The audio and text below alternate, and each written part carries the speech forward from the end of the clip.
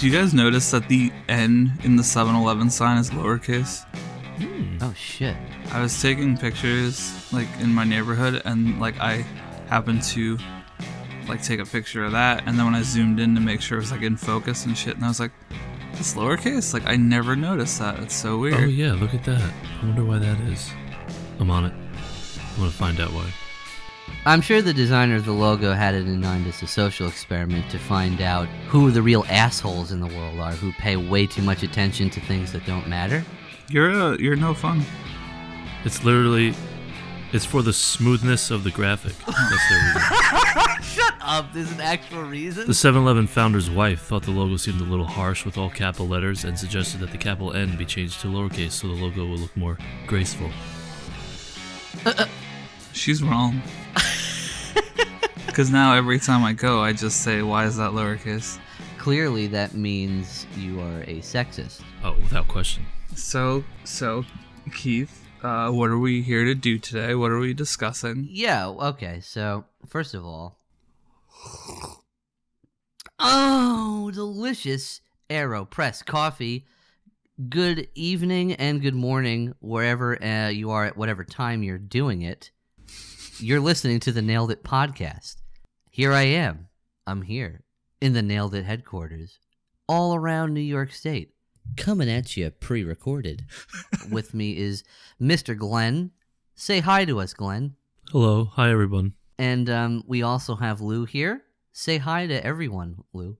Hello, everyone. You didn't continue the meme. You should have said hi to everyone.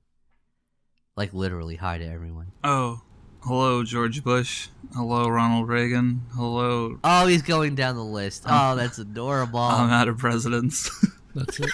Those are the only ones. Do you guys know Obama's last name? Terrorist. We're starting off strong, you guys. So this is part 2 of our 2019 wrap-up. We're desperately trying to remember everything that happened, but there was one amazing game of 2019 that, you know, we did kind of gloss over very disrespectfully. And Luigi's Mansion 3. Classic game. I think we gave that a solid amount of time. That's its own What, like separate 12 seconds? separate episode.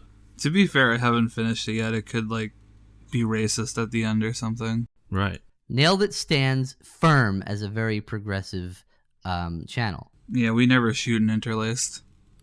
Uh-uh. That's a high level joke there. I interlace my shoes. Yeah. I want to die. Yeah, same. So I know our legions of fans are going to be really, really annoyed if we don't address the masterpiece of our time, of a modern masterpiece of the art form, Death Stranding. Now, full disclosure, I haven't played this. Full disclosure, I haven't planned on it. I watched the donkey video, and that was it. That was a funny video. Honestly feel like nowadays I like experience games solely through that man's eyes. Like there are some games where I will watch his video and that's literally all I know about it. I think, Glenn, you're the only one that actually has some hands-on experience with this game. Right, yeah, I have played it. So, what did you love about it? There's nothing wrong with it, I know, so just tell me what's great about it. Well, where do I start? Well, I didn't finish it, so I do have to say What? that. I do have to say that. I think the best part of it was that when I first played it, about 3 hours in, I probably only did any actual gameplay for about 5 minutes in the first 3 hours. A lot of it, it's pretty cool. It's almost like you're watching some weird movie that you occasionally get to tell the guy to take a shower. I'm hard already. Yeah, no, it's fun. And then also, I always wanted to be like a UPS man, so that really spoke to me because probably the best part is when you get to take a package and deliver it. Avoiding ghosts, by the way. You have to watch out for these ghosts that will try to get you in some kind of oil spill that happened. and then you get to deliver packages to people.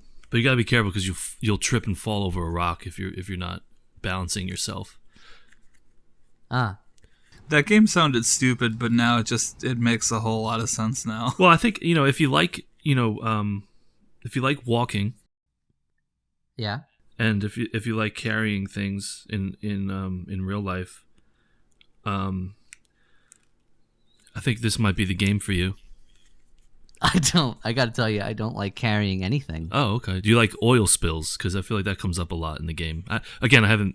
Why oil spills? I don't know. That seems when the ghosts come. It's part of the visual motif. When the ghosts come, you're in oil, or an oil-like substance. So. And there's rain. There's this rain that it ages things. It's called timefall, and if you stay out in the rain too long, is this Kingdom Hearts? I drank coffee right as you said that, and it almost came out of my nose. Everything will age, and you have to be careful there. Yeah, definitely. What else is really cool about the game? Trying to figure it out here. Oh, you carry around a fetus that can see ghosts. Reedus fetus. I was about to say that we're like rhyming now. You get to play Norman Reedus. You carry around a fetus. You ain't gonna beat us. I saw the legendary collector's edition, and it has like the little actual baby in that yellow tube thing. And I was just like, why would anybody want that in their house? Yeah. Why? That's BB. BB. BB. Yeah, they call him BB. Does the baby actually have a name? A bridge No, baby. BB. No. It's a bridge baby. Is it Norman Reedus's baby? No, it was actually basically harvested from the mother for this sole purpose of seeing ghosts, and they treat it as a tool, and that you should dispose of it when it's no longer working. But Norman Reedus has a heart, so he keeps it. Obviously. What else do you want to know? What is this game? I'm locked in on it. My experience with this game is only of watching its development and then seeing people react to it. That's basically it. I wanted to give it a shot at some point. There is going to be a PC version. I may get it on that when it comes out. I'm not one to... I don't like to just shit on things because they're different. I don't like to crush ambition or anything like that. However, I just have to say, what did anybody really think this was going to be? I mean, from all the promotional material, ultimately, this is Hideo Kojima. He's left Konami. He doesn't have anybody that will say no to him. This very easily could have been just an unmitigated disaster. This is just, okay, this is it. He's finally snapped.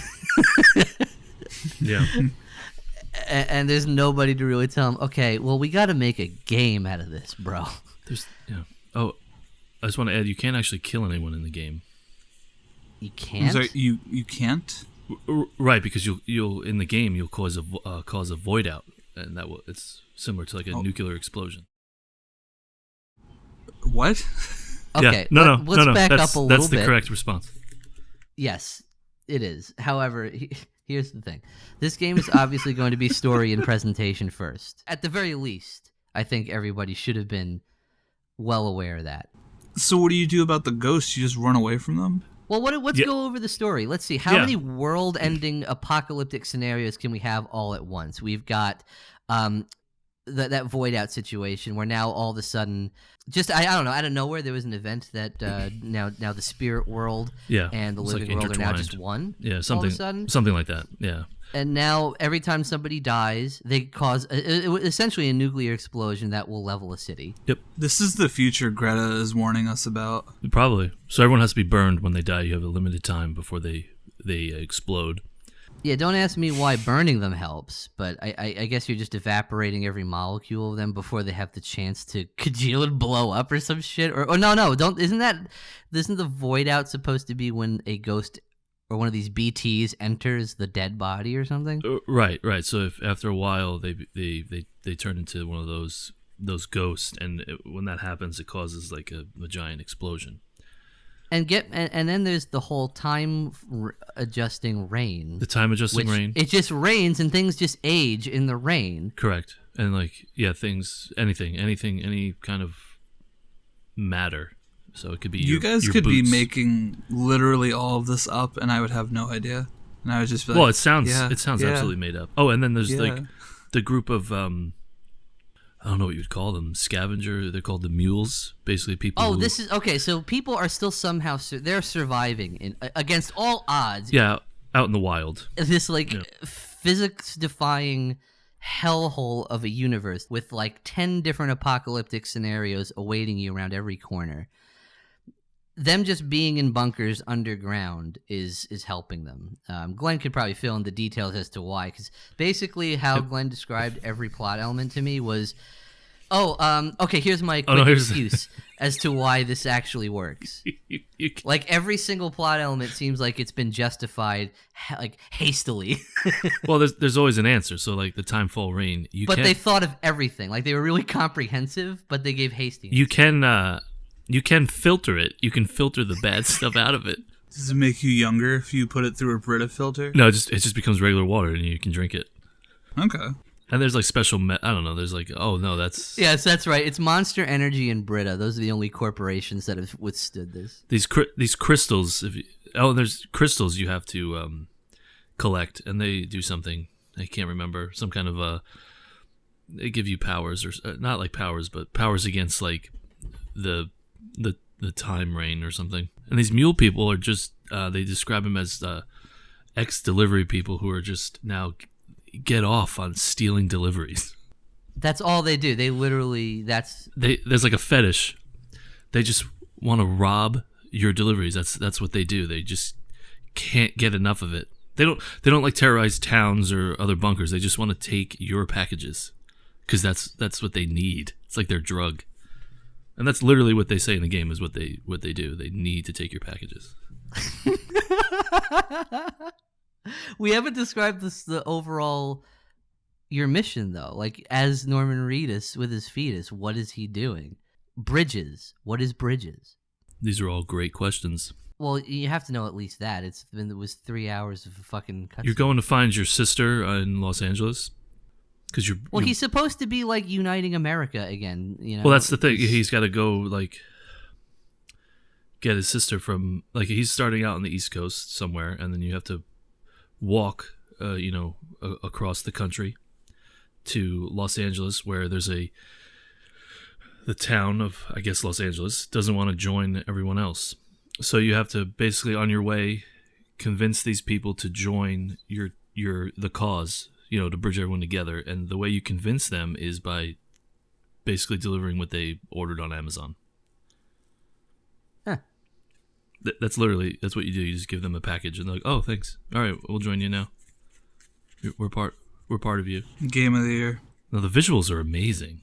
I mean, it's hard to argue with that. But that's it. Certainly from a technical standpoint, the way that they've integrated all of the effects, like, the time, fall, rain itself, the dynamic elements of the ghosts and the BTs and whatnot, and the AI that you have to be, I guess, avoiding on the surface, as well as some of the more like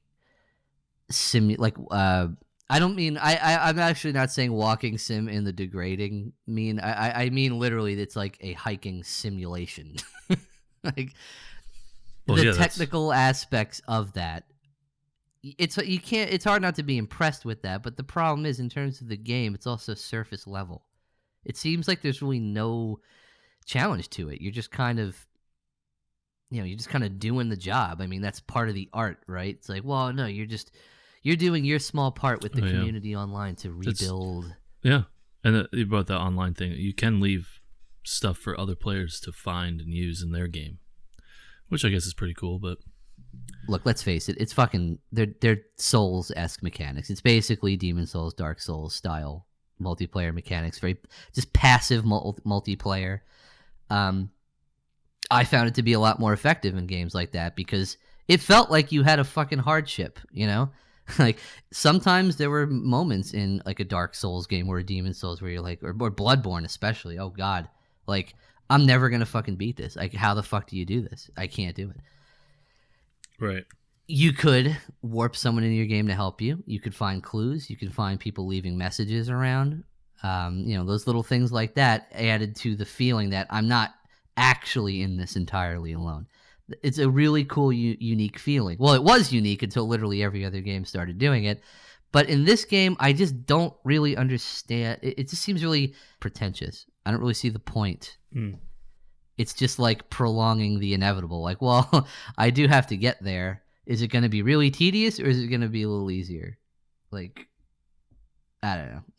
I guess maybe I'm contradicting myself there a bit, but I suppose I find the challenge in a Souls-like game a little bit more interesting than the traversal elements of Death Stranding, and that seems to be that's the extent of the gameplay. There really doesn't seem to be much more in it. I've seen combat sections, like I've seen parts where you're supposed to fight a boss or a ghost or something, but outside of the visual spectacle, there doesn't seem to be a lot to it. To be fair, I didn't get that far. So the only weapon I got was a magic rope that I could use. Like a Wonder Woman rope? It's a rope with like your blood in it. Yeah, that's another thing. Basically, for whatever reason, your bodily fluids, for whatever reason, are super fucking important, and every one of your bodily fluids are harvested. Like when you shower, when you wee and poo, you put them into grenades, and you can use poo bombs and pee bombs. Right, because he's a special creature. He can't die. Yeah, there's some people that just can't die. Yeah, he can't die. All right, whatever. Look, this is the thing. This is what I'm saying. It's like you're either going to love it or hate it. There's no. It's like Star Wars, Glenn. No, it's nothing like Star Wars. If you want to like it, you will like it. It's that simple. I guess. I don't really see the appeal from a gameplay standpoint. Well, yeah, I admire anyone that tries to do something different, but you also can't be shocked from Kojima's standpoint that, well, Americans only like shooters, so, they can't understand my grand vision. Well, no, maybe people just don't give a shit. Yeah, it's just stupid. It just seems like this is really overdone and you need to pull in the reins. I really do admire his creativity. I'm not going to lie. He's got ideas, but someone's got to fucking rein him in. He needs a second. He needs a partner. I mean, there was definitely some potential there, but there's just so much going on. I remember being like, wait, what? Like, you get like a cutscene with what's-his-face telling you something. I'm like, wait, what? Why would I can't die? Like, well, that's the thing. It's like, can you pick one? Like, either it's the lines between life and death are skewed forever. It's the void outs. It's the time fall. Can we just like pick one? Like, why do we need every single one of these things in here? It just seems so overdone. So basically, Death Stranding is game of the year. Yeah, I agree. Yeah. What about a Star Wars game? Well, would you rank that higher on your list? I would, yes. You're just so dumb. You just don't get it. Like you know what? Death Stranding wasn't made for you. Okay. I like shooters. I like shooters. That's you. That's what you sound like. Stupid. Well, anyway, I think we've. Yeah, that's good. We're done. I think we've really cut to the core of this. I don't think anyone really needs to hear anything else about Death Stranding. We've been very comprehensive. Let's go back into some movies and TV of 2019. What's some stuff that no one will shut the fuck up about? Oh, I know. Marriage Story. What's that? I don't know. I haven't seen it.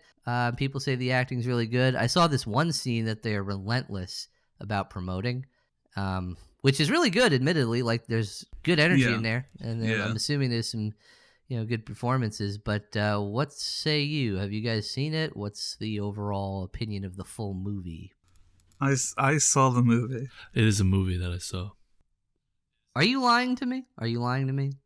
No, I definitely did. I watched it yesterday. I watched it just while doing other things. I will admit I was doing other things because I could not sit there and watch that movie and do nothing else. It was just like a movie to me. I don't know. I didn't. It wasn't something that I was like, ugh. But it also wasn't something where I was all like, wow, this is the greatest story ever told. It was just like, I felt like I was watching some movie on like, I don't know, like cable. I don't know. It's hard to explain. I had no feeling either way. Well, I guess that's the equivalent of cable, right? TV movies now. Yeah. All right, this might sound pretty extreme, and this just kind of popped into my head when you were saying this. It feels like just a better Lifetime movie. Yeah. Okay. Yeah. Lifetime a Lifetime movie with better production values and better acting. Better. Yeah. I mean, Adam Driver I thought was pretty good in it, but I was gonna say surely. Yeah. I thought they were both. They had moments where they really shined. But when I talked to people about this movie, they were like, "Yo, it's just actors killing it," and it's like there's really only like that one scene where they argue, where I was like, "Holy shit, these guys can act." You know, versus like the rest of the movie, they're kind of just fake being friendly to each other. And it's also so long. It's such a long movie. Yeah, it is really long. How long does it take to get to that apartment scene where they scream at each other? You know, like 2 hours, 17 minutes long. Yeah, oh my God. Like, what the hell? It's just a fucking... And it almost, like, with the way they were being friendly, like, it almost felt like they were going to pull the whole, they get back together in the end. Yeah, I was waiting for that. Shit. Like, this is going to be a waste of time. But well, what's the tension? I mean, do they start out divorced, or is it like you don't know what's going to happen? They're getting divorced. Yeah, they try to do, like, this really, like, clever... They're saying all the things they love, spoilers, about each other, and then it turns out that they're in, like, mediation for getting separated. Yeah. Yeah, I mean, that sounds like a sensible way to open it. But I feel like you didn't see enough of the good times to really care that they were getting divorced, and then simultaneously, I feel like they didn't give you enough information about like why they were getting divorced. Like I feel like the real motives of that divorce finally come out when they're screaming at each other, which takes like an hour to get to. Well, then what's happening in between? Glenn, what's happening in between? Well, they're going through the whole process of the divorce, separate. They have a kid too, so and then like she's originally from like the West Coast and she's gonna move back out there. It's like a whole thing, and then they were gonna try to do it like with like no lawyers. You know, we can figure this out, and then lawyers get involved, and it gets a little like testy. And Ray Liotta's in it, and Ray Liotta and I was Alan about to say Tommy Vercetti's the lawyer. Yeah, and Alan Alda is the other lawyer who's like a little, Isn't Scarlett Johansson's lawyer the one who did the hyperspeed move through the fucking thing in The Last Jedi? Wasn't that Admiral Holdo? Yes. AKA Laura Dern. Yeah, it is. Yeah. I like some of the lawyer interact. Some of those scenes were a little funny when they were in like like it had its moments of like, that's funny. To me, the two standouts were obviously the scene where they're screaming at each other in the apartment and the scene where they're in court and you see the lawyers like lawyering back and forth at each other. That's pretty funny. Yeah. Those scenes were good. But to me, it just felt like it was like too few and too far between. And I just like, I didn't care. It just felt like the amount of hype around this movie and the amount of people saying that it was like amazing. It was just like, why? Like, what is so exceptional about this movie? Right. Yeah. Like, I don't think it was bad. I just don't think it lived. Yeah, it deserved. It was fine. It deserved all the. It was good. I mean, it wasn't. It didn't. I don't think it deserved like all the like. Oh my! It's not God. Best Picture. Yeah, no. It's not. It's an insult. And frankly, like to see that Uncut Gems and like The Lighthouse are snubbed for all these categories. I know how you feel about Uncut Gems, but like to see those movies snubbed the way they were Midsommar, and to see this fucking movie like in their place is really insulting. The content of those movies is also way out there. This is much more mainstream. Right. But like, there's nothing to challenge you. Well, that's the thing. It's just one of those movies that you can tell people, "Oh, you liked it, right?" No, you liked it, right? Yeah, it was really good. Yeah, oh yeah, that was really good. Yeah, I think. And then everyone just homogeneously agrees, like, yeah, and so it gets elevated. I will say, not to be like completely negative here. I know we did say there was this couple scenes that were good. I also think the visuals of the movie were really good. Like the look, it was shot on 35 millimeter Kodak film. So like it had a very nice grain to it. It looked very cinematic. Like the cinematography was really good. I think a lot of the shots were really beautiful. Now, but here's the thing. Like, and I understood all that. I just couldn't bring myself to make time to see it. And now that you're saying it's that long, that seems like a brutal 2 hours, man. and for not that much to happen. Like, to me, it feels like that scene where they are screaming at each other. Like, I keep going back to it, but it's like that's like the stuff for their real. You know what I mean? Like when they're and that's it. And like if you watch like that and the lawyer scenes, you're probably good. Because there's like this extended sequence where they're like trick or treating with the kid, and it's like, okay, I get it. Okay, and we're still doing this. Okay, cool. Like there's just so much like in there that I thought was like, I'll give you a really good example, and this is gonna sound like a tangent at first, but it'll all connect, I promise. I'm working on a video for my other channel where I'm shooting 120 film in this really old ass camera, and 120 film doesn't quite fit in that camera. So you have to like sand it down. You have to take like sandpaper and sand the cartridge down or the reel down so that it'll fit in there. And throughout Marriage Story, I was just sanding that and like clipping parts of it off. And I was like more engaged with what I was doing with that sandpaper, that mindless just rubbing, than the movie. I feel like half my life is just mindless rubbing. I'm doing that right now. I felt it had a pretty good opportunity to really bring into the forefront just the utter bullshit of divorce court, to really get into the drudgery of it, just how it's so far removed from the real legal system that it's essentially just lawyers amping up animosity between two partners and trying to get the max profit. And that was really definitely there. Yeah, the latter of what you're describing, like the lawyers amping people up for sure. But I also just didn't feel like, again, going back to like, and Glenn, you can tell me if I'm wrong here. You know, maybe I was just too involved in sanding that film, but I didn't think like halfway through the movie, I was just like, why are they getting divorced again? Like it just felt like communication issues, and they could just fucking work through it. Well, yeah, I think it was during that fight scene that you were talking about, where Adam Driver's character summed it up. He was like, "You wanted to be married until you didn't." That's kind of what the reason was for them getting divorced. I guess that's what I got from that.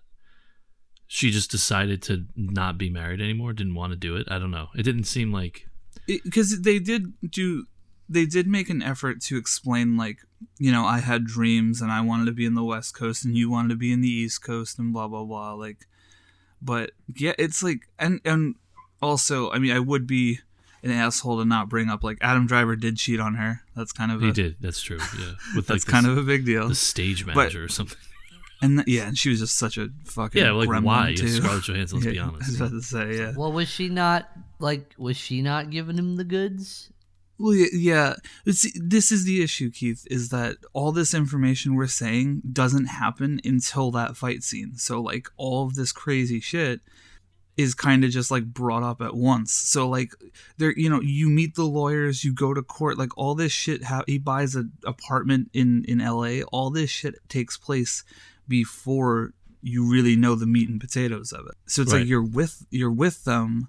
Well, is the story that they're just both immature? Is that it? I mean, I guess. I don't know.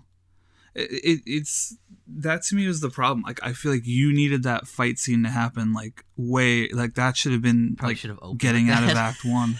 Yeah. You know, or you could have established, like, some kind of normal, you know, like, you're picking up the kids from school, they're playing the board games together, they're having dinner, and the kid goes to bed, and then that shit happens. But there was, like, so many, like he got the grant for his theater house, and it's like, when that was happening, I was like, dude, this dude having a theater house and being in, like, it doesn't even matter. It doesn't do anything for the story. It doesn't matter at all. And then they, like, fake, like, oh, well, she's going to try and take the grant. Oh, wait, no, she's not. Doesn't matter. It's just, like, it's, like, fake tension. Yeah. So the other thing that I've heard that was so revered about the script is how good a job they did at establishing both of these characters as people with flaws. They're both not perfect, and they're both equally part of the problem.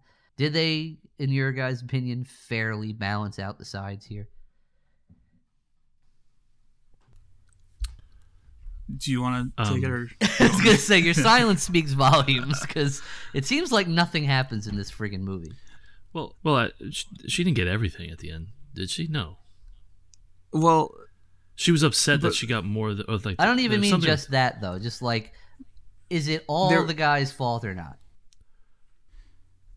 I guess it's hard to explain because like it just felt like it was resolved, you know what I mean? Like there comes a point in the movie where it's like it doesn't even sum up to one big court battle. It's just like, oh well, we won. It's like off camera, like, oh, we're settled, we're done.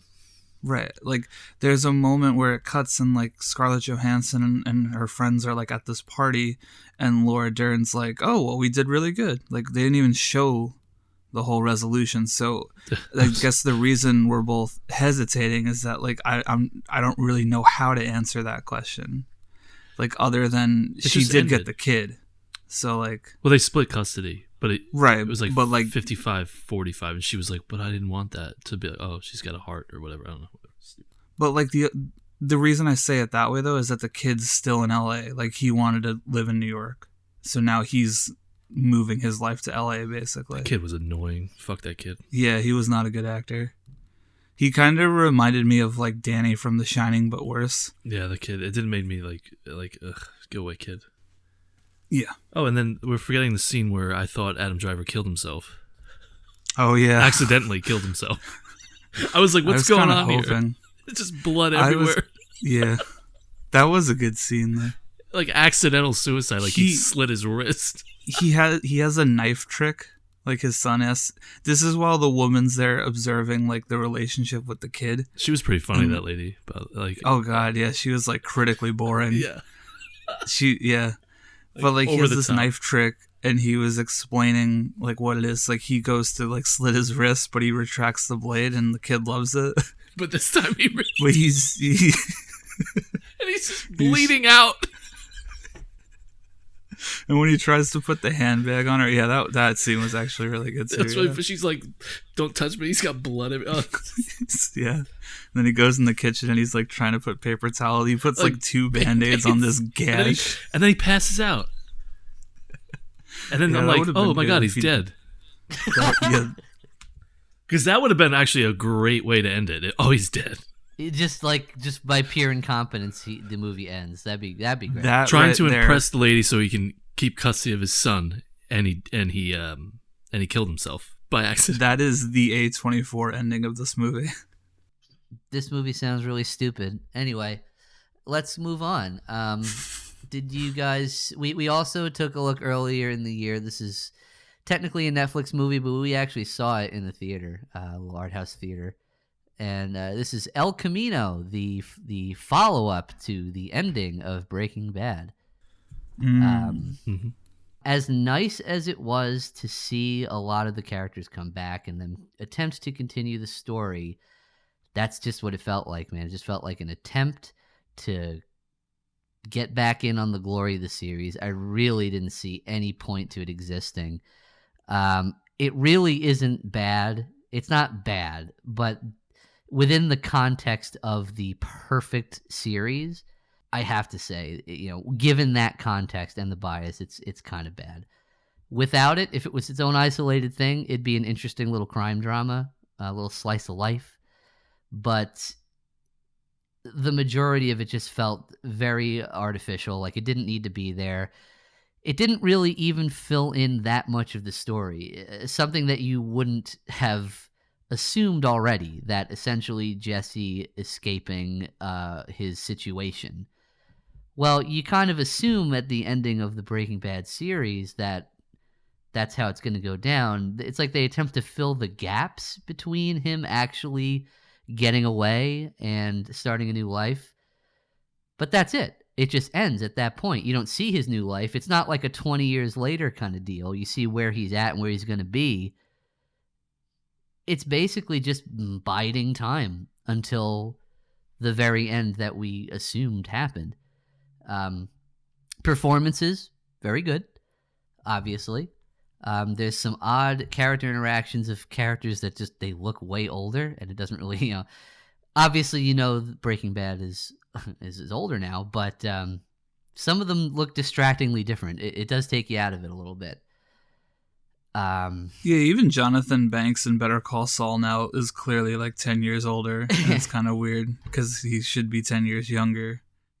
And that's the thing. I think in general, it wasn't a bad movie, but I think we could all expect a fair amount more from it. And the plot that's there, while well executed for the most part, just seems kind of pointless.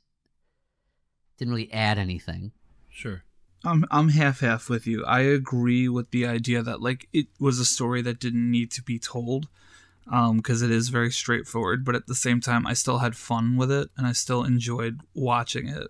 Did you ever feel there were parts that just it felt like it was just intentionally too slow to pad out time? I mean, there were parts where he's just watching people, like he's just investigating, and sometimes there are shots that just go on way too long, where it's literally just him walking, like Aaron Paul walking. It's like, come on. Yeah, but I don't know. I feel like I don't remember. I feel like I don't remember those. Like, I feel like my brain goes back to like the shit with Todd and the really cool montage of tearing apart the apartment and the vacuum guy. My brain doesn't go to like, oh, he was walking. I just remember the parts. Well, that's the thing. That I thought were really good. There were highlights, of course. There were good moments, but in between that, there was a lot of walking.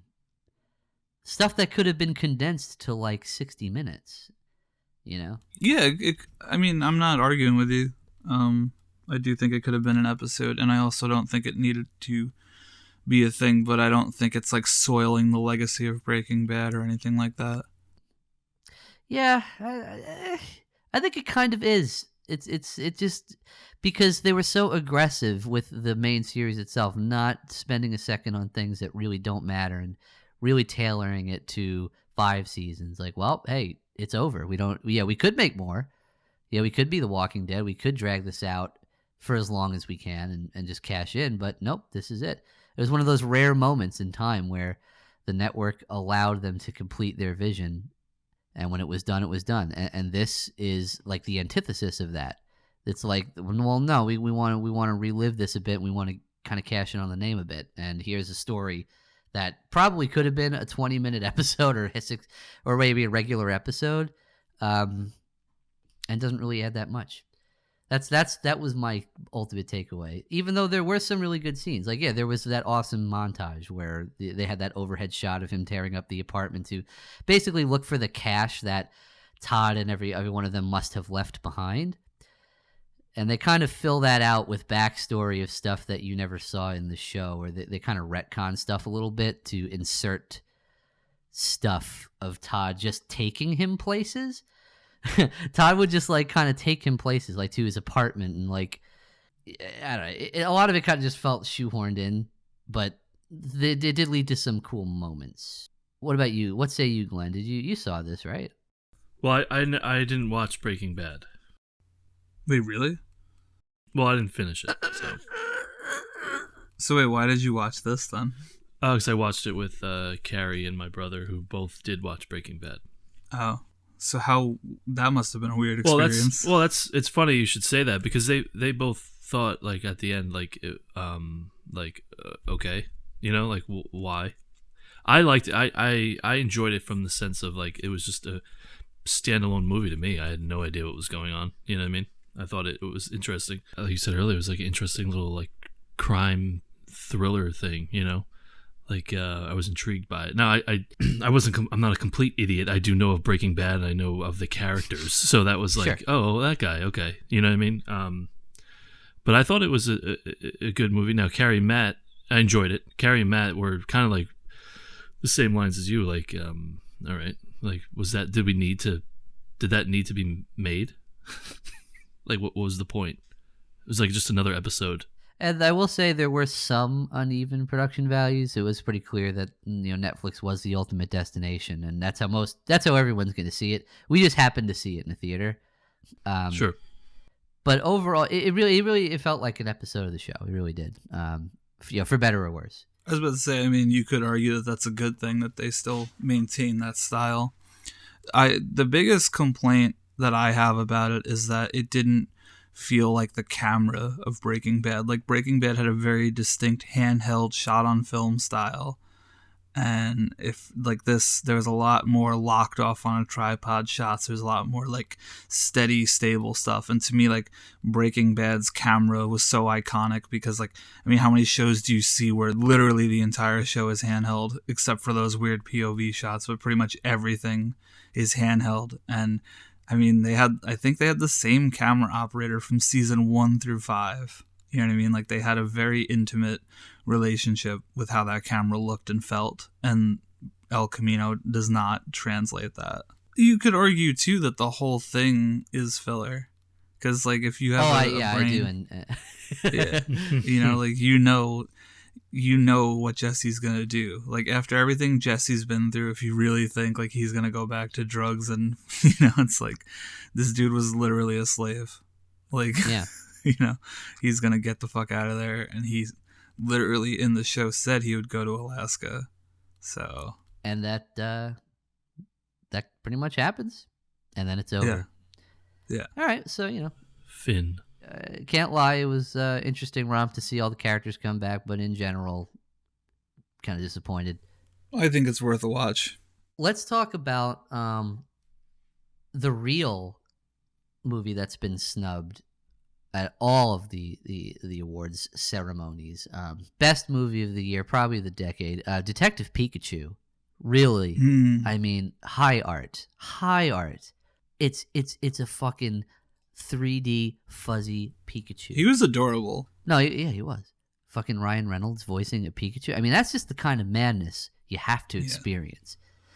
I didn't hate it. I didn't hate the movie. I thought there was a lot of fun stuff in it. That scene where they went to like the illegal underground Pokemon battle was definitely the best scene in the movie. Can I just say too, full disclosure, I really don't give a shit that much about Pokemon. Like, you know, apologies where appropriate. Dare you? And on the flip side, I'm super invested in Pokemon. That's like one of my favorite game series ever. What's a Pokemon? I don't know. It's a Japanese franchise. It's a pocket monster. Yeah. Interesting. Yeah. Did you see the movie, Glenn? I did not.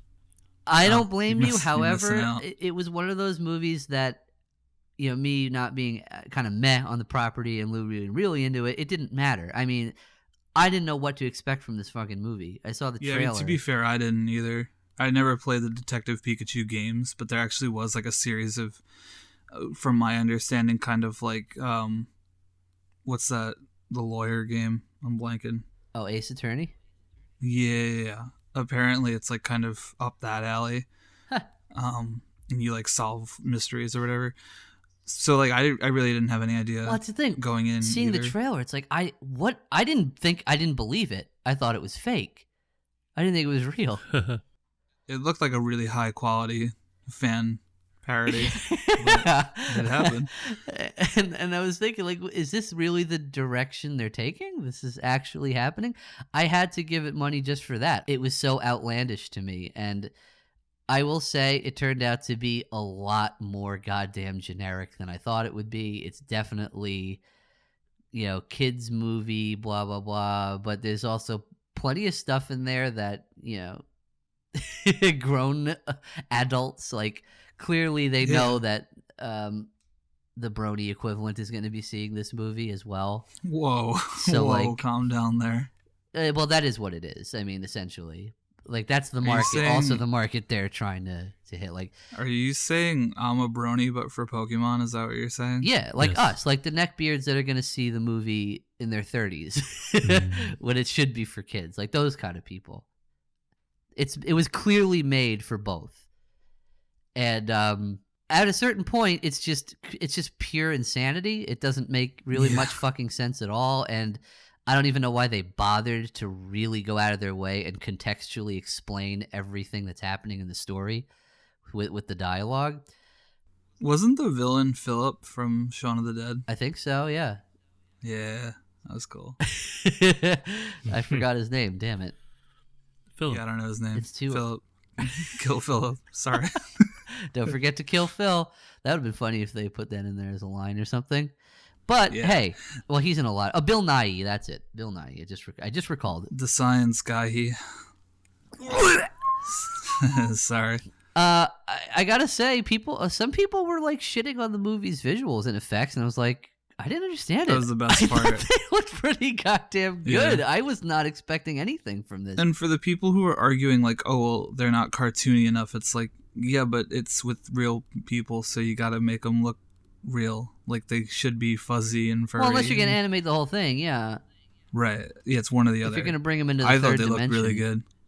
Especially some like seeing Charizard look like a big ugly dragon, like that was cool as fuck. Like the Loudreds being the speaker for the DJ, like That was I fun. love as hell. stuff like that. Yeah. Or like the Magikarp that evolves. Like I don't know, it was just fun. Psyduck looked really good. Yeah, he looked fucked up. Which is fucked. perfect. It was really funny. So I don't know if you guys have ever seen them, but there was this artist on Tumblr who like created really like ugly versions, like but like realistic versions of the Pokemon. Like Bulbasaur was like just an ugly frog thing, and apparently they consulted him for the designs, him or her. I don't know who actually did it. That's pretty neat. Yeah, because that's the thing. A lot of those, and look, even from a surface level, just bullshit, base level enjoyment. I gotta tell you. The price of the ticket alone was worth hearing Ryan Reynolds' voice come out of a fucking Pikachu for an hour and 20. Call me retarded, but I laughed heartily at some of those goddamn lines. Yeah, absolutely. I don't remember any standouts though. Damn it. Well, there's your answer. Yeah, real funny. That scene where like he had to rub the Psyduck's feet so that he wouldn't have like a stroke. Oh god, yeah, the movie's plot is in the car. Fucking it's just fucked to hell. It doesn't even matter. It's bad.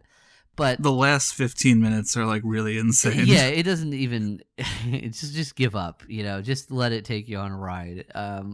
I was shocked at how much I enjoyed this friggin' movie. I think it's a movie like you have a couple of beers with friends. Yeah, and you'll get definitely a laugh out don't of it. take it seriously. I know we're all about substance here on the Nailed It podcast. Yeah, but this is one of those examples where, you know what, fuck it, just get drunk with your friends and watch Ryan Reynolds speak out of a Pikachu of a $1 billion franchise that some CEO said yes to somewhere.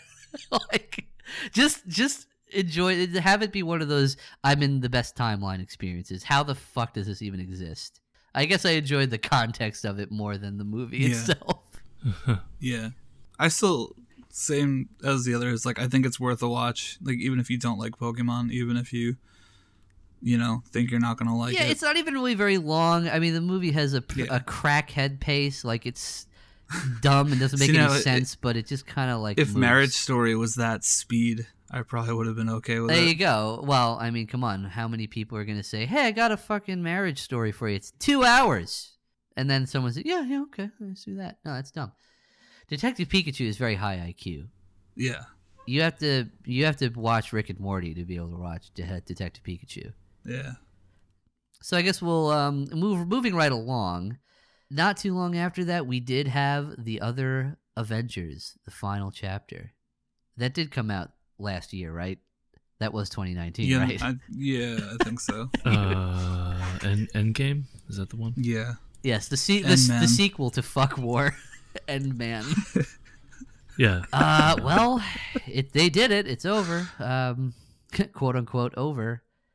What did you guys think? Do you even remember a lot about it? I mean, they cram a lot into these movies. Absolutely. I think. Well, we did discuss Endgame. We discussed Fuck War. On the one of our other podcasts, and I was personally I was a little meh on it, half and half, whatever, for the most part. But there were some good scenes in it. I liked this one a lot better, actually.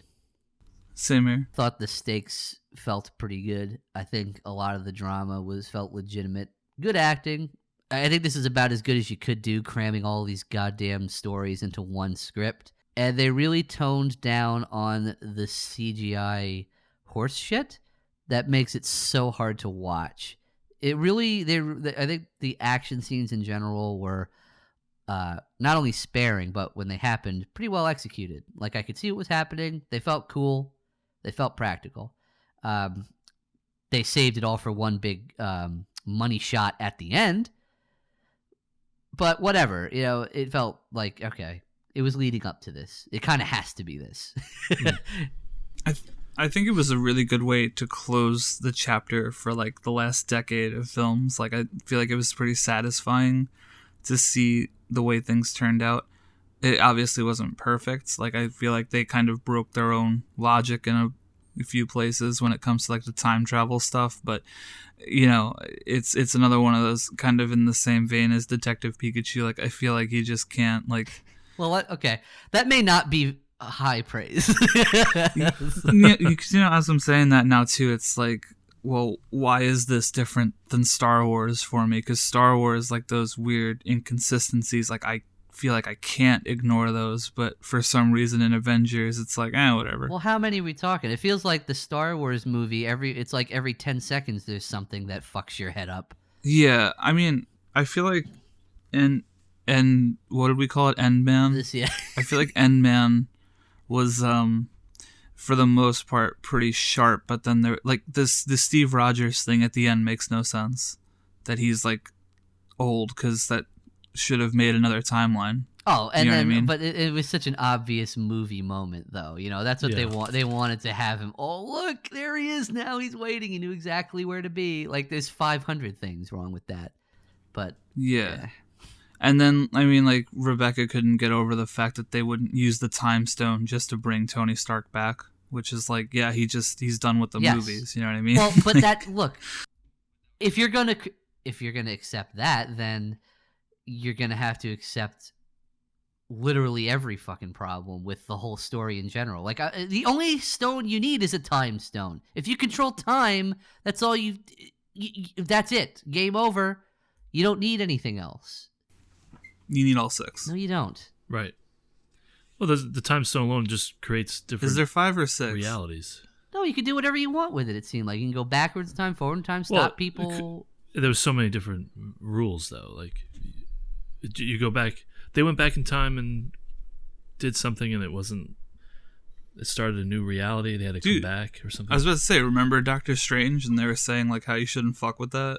That's why the Taco Supreme has to guard that yeah, shit. I understand they're telling me it's important, but to me it's like, well, no, just take it, try again, or just stop him. Just stop him, freeze him in time, and put an axe through his head, forward time, and then he moves into the axe. If Thor just went for the head to begin with, none of this would ever happen. Yeah, don't get me started on fuck war. Don't get me started on that. I did like Thor's character. Yeah, when he was fat. Come on, we got beer, and he was like, all right. Fat Thor. I thought it was really funny. I don't know. I'm curious to see if they actually do keep Thor with the Guardians of the Galaxy. Yeah. Because I think Thor is always better in the context of other people. Like, I feel like the Thor movies where it's just him are kind of boring. Sure. But when he's in Avengers, it's like, I like Thor. So I'm curious to see. Because I heard somewhere that the next Guardians of the Galaxy movie is going to be called the Asgardians of the Galaxy. Like Asgard. That's funny. I don't know if it's real or not, but I'm with it if it is. Because they are doing a Thor movie as well. They're doing Love and Thunder, which is like the comic storyline where Jane Foster becomes Thor. So Natalie Portman's coming back to be Thor in the upcoming movie. Yay. Which should be interesting because I don't know too many people who really like those comics, but I used to do work with this comic shop, and all the dudes who worked in that comic shop thought that, like, they said it was like one of the worst selling comics like they had. When they had a bunch of extra ones, they would like bag them together, so like you would get like 6 issues, which would be the equivalent of like a trade, like a trade paperback. So like you'd get like volumes 1 through 6, and normally that would be like $10-$20, and those were like going for like $3, I think, and there was like so many of them. There was like a whole box full. It's crazy. Damn, it's like Fallout 76. You can't give it away. Even AIDS you can give away. Either way, I'm interested to see the future of the movies. they have a big void to fill because I feel like Robert Downey Jr. is one of the best casting jobs they ever did. I like Spider-Man, I like Doctor Strange, but like now they got to really fill things out. Like Falcon being because that's the thing.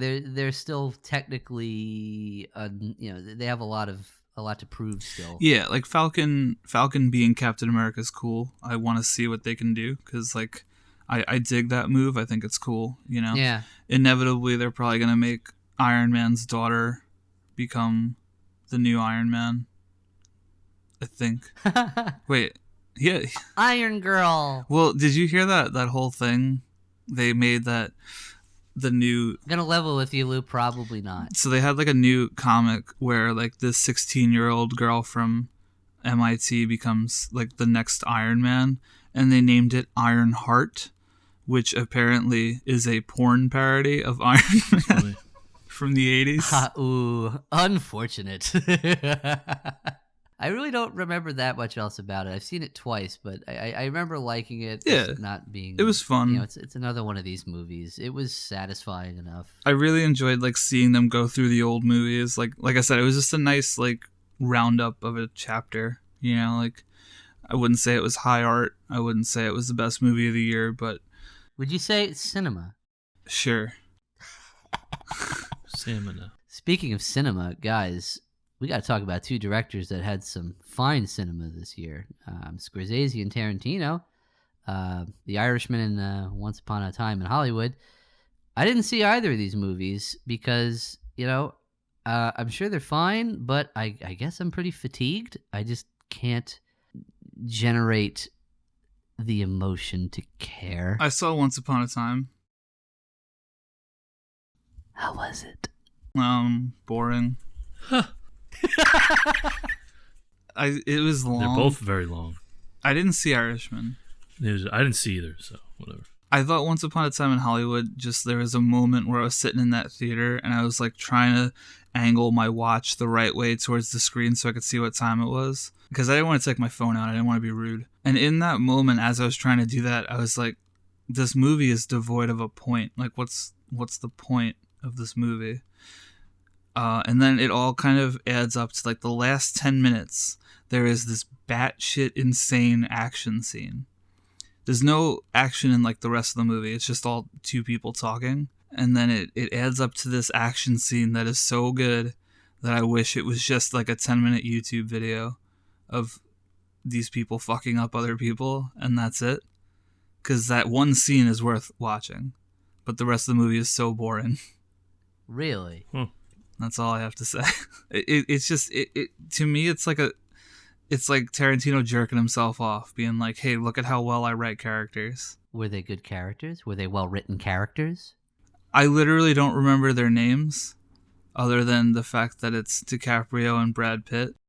All right. Well, you know what? We're gonna chalk that up to the fluoride in the water because you can't forget cinema. Can't. It's unforgettable. And Irishman, I saw that was like 3 hours, and I was like, there's no way. There's no way I'm watching this. And that's the thing. Had this come out like 20 years ago, I would have still, because Joe Pesci's like barely in movies anymore, I would see it for Joe Pesci because I love him. But this is the thing. It's like, it just feels like, all right, we're doing this again. We're dusting everyone off. We're getting... Thelma to edit this, fucking Casino again. Like, is that what we're doing? I just couldn't justify even spending the time to watch it. And it's sad to say, because I probably would have loved it in a different context. I'll probably see it eventually. But just to spend the time on Netflix, it's like, there's a lot of stuff out there, Yeah. There's a lot of stuff to watch. There's a lot of TV to watch. There's a lot of, I'm a big gamer. I play games most of the time, frankly. There's a lot of content out there to experience, and when you're stuck in a cubicle most of your life, what are you going to dedicate those hours to? It's like, well, I could see my family and my children, but fuck that, I'm not going to do that. I'm going to sit there and watch Netflix. Well, what am I going to watch on Netflix? Am I going to watch Casino Redux? Because as good as it is, maybe I'm jaded. I've probably seen this movie 500 times already on AMC. With commercials and censored, and it just won't stop. My dad saw The Irishman, and he said that it was like you could cut an hour out of that movie. Like, he said there's, like, so much unnecessary shit. And also that movie relies really heavily on, like, the de-aging CGI stuff, so it probably looks like a video game. People were saying that it actually looked really good. Like, they did a good job with it. You know what movie didn't do a good job with that? I get the feeling I know what you're going to say, and I get the feeling... Star Wars I get the Rise feeling of it's about to be Skywalker. wrong. No, it was... I showed you that clip. That shit was wild. Oh, yeah, when she takes off the helmet and it's all blue and dark, and it still looks like I'm looking at Widowmaker. Yeah, I'm already Tracer. Really impressive stuff, guys. That was really worth including. Very cool. All right, well, you know, I officially don't give a shit to discuss this any further, so let's move on. I think we should mention Joker as well. Yeah. We kind of missed that in the last podcast. Really surprised at Joker. Really fucking surprised. I didn't really have any feelings going into this. Pretty damn good movie. I don't think you really even need to have any familiarity with any of the goddamn anything. I still really like it. Yeah, absolutely. I like the Joker stairs meme that came out of it too. That was really important. That is socially important, yeah. We should all take a picture there. Yeah, that should be the thumbnail. No, I'm not going over there. Yeah, I'll keep my life, thank you. What'd you think, Glenn? I feel like I've been talking too much. I didn't see the Joker. Fuck. I like the visuals a whole lot. Like it's very gritty looking, and the there's a lot of like play with color contrast. Like there's a lot of like that orange and teal and like blues and yellows working together, which it's such a nice look, and it feels old even though it's not. I think it was shot digital, like not film, but it still kind of has like that film quality to it. Yeah, it's very sharp, very crisp. They really brought out the grimy New York 70s-esque vibe. Yeah, and Joaquin was very good. I really liked his performance a lot. I gotta say, hot take, really never was a fan of Heath Ledger's Joker. I really didn't like it. Gasp. Yeah, I know. I just thought it was... no. Yeah, I just hate everything that's different. But, you know, yeah, the Joker should be a manic, practically insane guy who's having trouble keeping together and very vocal about it. I thought, you know, I didn't really care for edgy, dark Joker. I didn't like that. This, I thought was way better. I thought this was really awesome. It was... Yeah. I liked his laugh a lot, too, which is really important for the role. Yeah, I mean, it was interesting choice story-wise to have it be kind of like a medical condition. Yeah, like a tick. Like a tick that he can't control. But yeah. But it was played off so well. I mean, you could hear the pain and groveling, like his throat is almost bleeding, trying to stop himself from laughing. Like you can hear it in his neck. That was really... Absolutely. Right away, I was like, wow. The way that they tied in the ending very conveniently with, you know what I mean? Like, I thought the age difference was very weird. Right. That was the only plot element I was a little iffy about, was like, well, I mean, did this really lead to another thing directly? Like, I figured it was like just a random isolated incident that caused But apparently this. in one of the comics, that's actually how it happens. Really? See, I didn't know that. That's just my ignorance and lack of care and consideration for comic books. I forgot who I was talking to, but like I said it to someone and he was like, no, that's what happens in blah blah. And I was like, oh, cool. Like, you know, some random side story some artist shat out and became part of the DC canon. Like, whatever. Comic books are a mess. So, like, I guess it's not even worth arguing.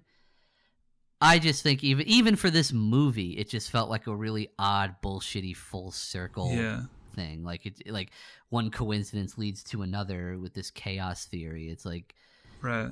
That was the only thing I wasn't too crazy about, but literally everything else, plot wise, I thought was pretty fucking cool. Yeah, I think all that considered, this stands out as probably the best DC movie they've released, like, post Christopher Nolan. Like, since the DCEU, I feel like this is, like, the best project they've worked on in terms of both the filmmaking, the performances, like, the look, the tone, the mood, everything.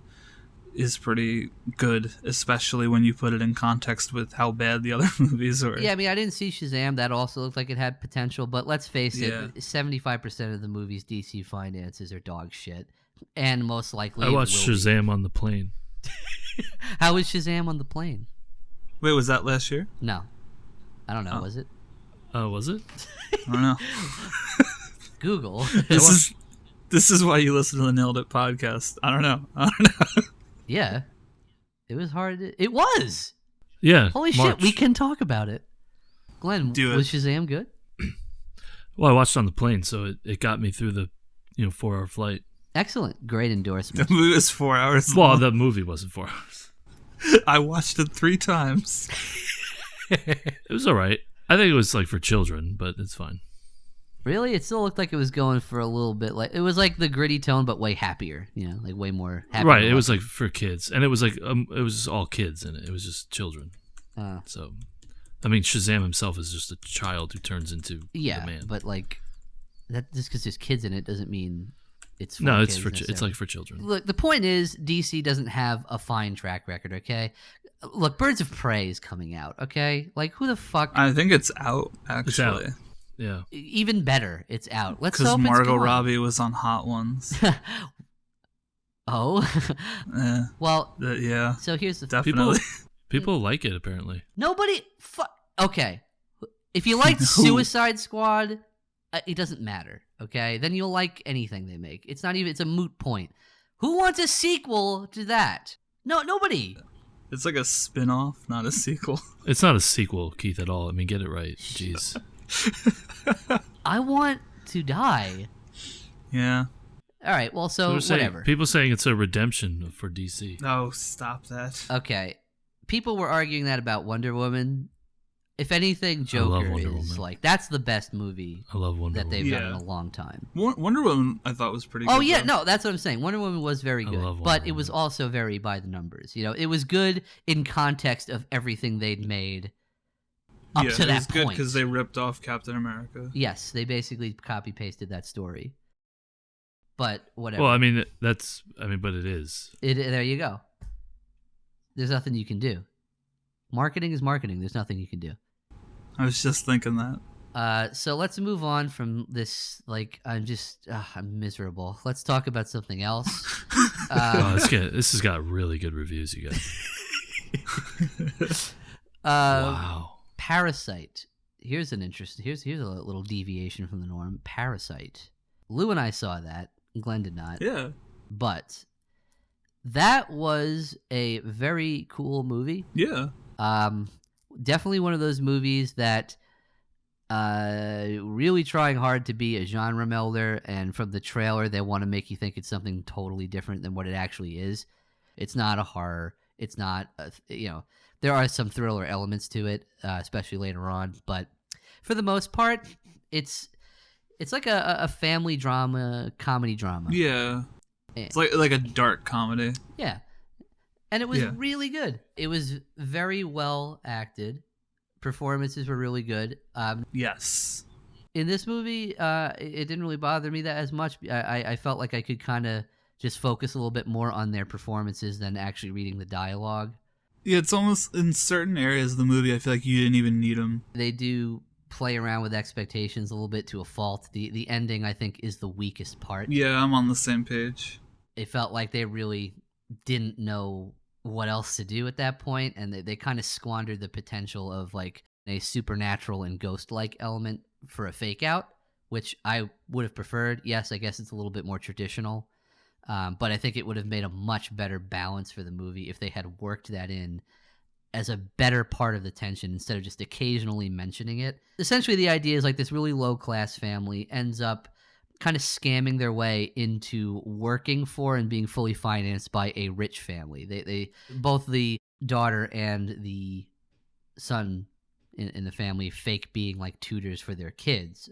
They shoehorn their way into becoming like their chauffeurs and their maids, and they essentially become service people for this rich family, and they experience this lifestyle that wouldn't ever have experienced, and you get that kind of culture clash. Which is very fun and leads to some cool moments. But they're kind of blurring the lines with who the bad people are. Right. I think that was the point. Yeah, like you go in thinking, oh, gosh, you gotta hate the rich people, but it turns out like like they were quirky and odd, but they weren't like malicious outright, and there were times where they tried really hard to balance it out, like superficially. Yeah, there were moments where they felt like the victim. Yeah, for the most part, it's like, well, yeah, sure, they're well off, but this family of opportunists and con artists are actually the ones that are. I mean, the movie's literally called Parasite. It's pretty indicative of how you're really meant to feel about the protagonist, because they are really fucking talented. They're really talented con artists. The daughter can forge documents in Photoshop like it's nothing. The father is apparently legitimately a good driver.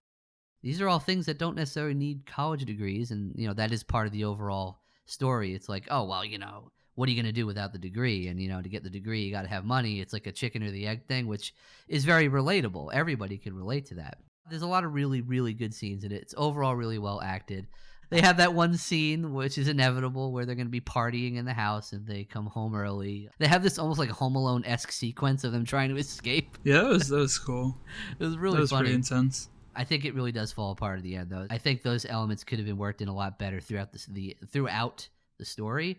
Yeah. And that without having to have this like big, overdone sequence at the end, which doesn't really make a lot of sense. Yeah, I was talking to a friend about it, and I had just said, like, I just didn't buy it. Like, the way...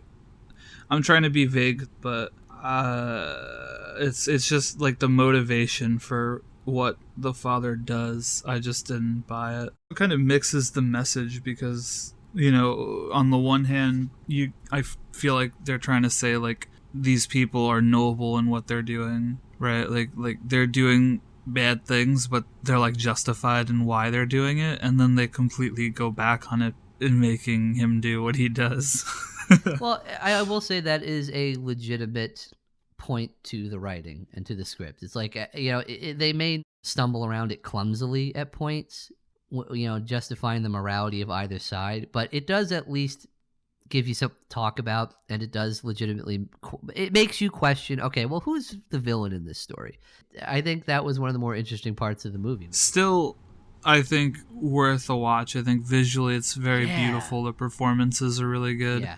And it's just not the norm. It's not like a movie you're going to see frequently. So, like, for that alone, I appreciate it. And I'm giving it a thumbs up. Yeah, it was damn good. It was damn good. I definitely say you should take a look. Even if it's not perfect. Nothing's perfect. Except for Star Wars. Glenn, when you're right, you're not wrong. To round out the year, we got two more here. There was JoJo Rabbit. That was another one where it was, it was like very hit or miss for me. I guess they never miss, huh? You're still doing it. You're still doing it. I hope. Cease and desist. Stop. You violated the law. Yeah, you have. I feel like my brain is evaporating. Yeah, I'm very tired. We should all go to bed. The coronavirus is ravaging our bodies. Yeah. I like JoJo. I like the visuals a lot. I thought it was very quirky and humorous. I like the performances, and I feel like Keith is about to say the opposite of everything I just said. Well, no, but that's the thing. I found it very inconsistent. I think the best parts of that movie was the relationship between JoJo and the Jewish girl. Those were the best. That was the movie right there. Everything else felt like... I guess the stuff with the SS officers was funny occasionally, but it just still felt like overall, I don't really even need to see this. I just want to see their interactions because they were so good. All right, here's the question. You ready? Uh-huh. Did you like Hitler? Yeah, it was funny. I don't know. It was hit or miss. Like some parts were funny, some parts weren't. It was just some of the humor just fell very flat. It wasn't a comedy friggin' masterpiece. I don't think it was the satire of the ages. I don't know where people are just... I went in expecting something totally different. I wasn't expecting this kind of, I'm not insulting it when I say this. I'm saying like surface level kind of dumb parody humor. Like I like stuff like that, but that's not what I was expecting for what people were saying. You know who actually played Hitler, right? Yeah, I thought I did. I guess not. That's the director. Oh, is it? That's Taika Waititi. Yeah. Whatever. It was fine. I liked him a lot. I thought he was good. I guess this is my hot take for the movie. I hated everything with Scarlett Johansson in it, and I wanted it gone. I hated her scenes. I thought they were abysmal. Other than that, pretty good. Even Rebel Wilson was tolerable. She had some funny moments. Glenn, did you see JoJo Rabbit? Wait for it. I did not. Okay, well. So moving on, that was a pretty good movie. You know, I don't know. I would recommend it partially. Like half the movie's really good. I think half the movie's kind of meh. Whatever. It's good. It's fine. It's fine. So what half should I watch? You should watch the both. parts that don't have Scarlett Johansson in it, except when the thing happens. Anyway, I like one last quick thought. I liked her in it, and I thought she was better in JoJo than she was in Marriage Story. Boom. Oh wow. Boom, roasted. No, she. I don't want to belittle it. She was good in Marriage Story too. whatever. I mean, she's fine. I don't really see the bought appeal. her more in JoJo though. Now for the last movie that I saw of 2019. Really tail ender here. Call of Duty Modern Warfare 3. Yeah, otherwise known as 1917. Yeah, what the fuck was that? What a fucking letdown. What a goddamn disappointment. I remember seeing not even a trailer, just promotional materials for it before I went to the movie, just saying, like, jerking themselves off about how hard they tried to maintain the one-shot look, all while also explaining exactly how and when they were planning to cut. It's like, what the fuck? And then literally cutting in the movie to black at one point. Yeah, that does happen. That is pretty lazy. I will say it could have been worse. You have to cut sometimes. If they really wanted to do it, what they needed to do in that moment was like track him falling down and then with lighting make a fake time lapse so it looks like it goes from day to night. Oh no, it was so That's obvious for the production. They wanted to have a cut there to have a break. Oh, stupid. I fell asleep during that movie. Yeah. I thought it was so boring, so like lame, and just all style and no substance. For the most part, I agree. I think it started out really good. I really liked where it was going, and then up until a certain point, spoilers, they kill off a character way too early, and for I slept through that stupid part. reasons. Yeah. I woke up to him dying, and I turned to back. I was like, "What the fuck just happened?" It takes a lot for you to fall asleep in a movie too. Yeah, I wasn't even tired. I was just bored. I those do that chairs. more than you do. I've decided that I'm not reclining in movie theaters anymore because it's like you lean back and it's dark It's and too if the movie's comfortable. boring, you just drift away. Sleep time. Yeah, but that's the thing. That really shows how powerful a movie can be if it can pull you out of your recliner. Yeah. That's going to be our scale from now on. Well, we were doing Wonder Woman butts one, out of 5, but I think we should just say, hey, didn't fall asleep. Yeah. Did you fall asleep? No. Excellent movie. Excellent movie. Yeah. Perfect, brilliant satire. I just thought it was boring. I really don't see what the fuss is about. I don't think it really earned the one-shot production style. It didn't really add that much to it because there's really not many there's not any real battle scenes in it. There's a few shootouts, and then at the end there's this, oh my god, there's this comically bad shot where he's clearly running through a green screen asset riddled battle scene, like, Yeah. only to then match cut him jumping off a cliff, falling into like Z space, altering it around him while tracking him falling down a waterfall to maintain the one shot. It's like at this point, it's like, all right, you're just doing it to do it. Like you're not even doing it because it looks good or for the movie. It's like this is taking away from it. It probably would have been more effective as a typical, shot for shot movie. It just didn't feel like there was a reason. Like when you go and look at a movie like Birdman, it's like the movie's about a play. And it feels like the camera is motivated to be a continuous take because you feel like it's that improvisational, like you're in a play type feeling. It like made a lot of sense in that movie. And I think the camera was leagues more competent in that movie. And in this one, it's just like why do I like? Why? Who cares that it's continuous? Like, it really doesn't do anything for the story. The only part I really liked it was, that really stood out was this part when they got trapped in a bunker in a mine shaft. That was that was cool. Really, really. I fell asleep shortly after that. There was two really good scenes. It was that, and then when the plane comes down. Really I was cool. asleep during that. Yeah, you missed out on that. You should look that. That was really cool. Yeah, I love when planes crash into things. You didn't like the 20 minutes where he's talking to the fucking French girl? No, that's where the movie took an even deeper shit. It grinds to a fucking halt to just talk to this woman with a baby in a bombed out building. Like, what are you doing, guy? He's like trying to stealth around in the fucking dark. He tries to take out a dude stealthily. Oh, the Metal Gear Solid thing. And literally failed. Like, all the guards alerted on your first attempt. Like, real pro gamer move. He could have just walked past them. Yeah. He didn't have to engage. He's got this giant open fucking blanket of night in bombed out buildings with nothing but corners and debris to hide behind. And he manages to get caught just so we can have a chase scene. Oh, it was stupid. This is lame. Yeah, that was a huge disappointment. I think it started out really good, ended it was just awful. That's a pass for me. Really boring. And then you take let's talk about Alfred Hitchcock's Rope for a minute, like the granddaddy of not cutting. That's another movie where, look, even at this point, you can see where all the cuts are plainly. You know you can tell what they're doing.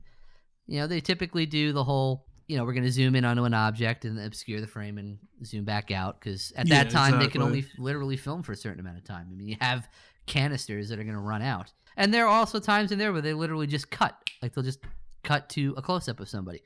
And yet it still feels so organic, and it's so intense, and the whole murder mystery plot really earns having it a one take. It elevates it. It feels like a stage play. This feels like it detracted from almost every scene, and it shouldn't have even been in there. Yeah, agreed. Much like our podcast, I think we've overstayed our welcome. I think we've talked way too much about last year. Last year sucked, guys. Let's keep our eyes forward. Let's look at some of the great movies that we're gonna have the chance to see, like Clifford the Big Red Dog.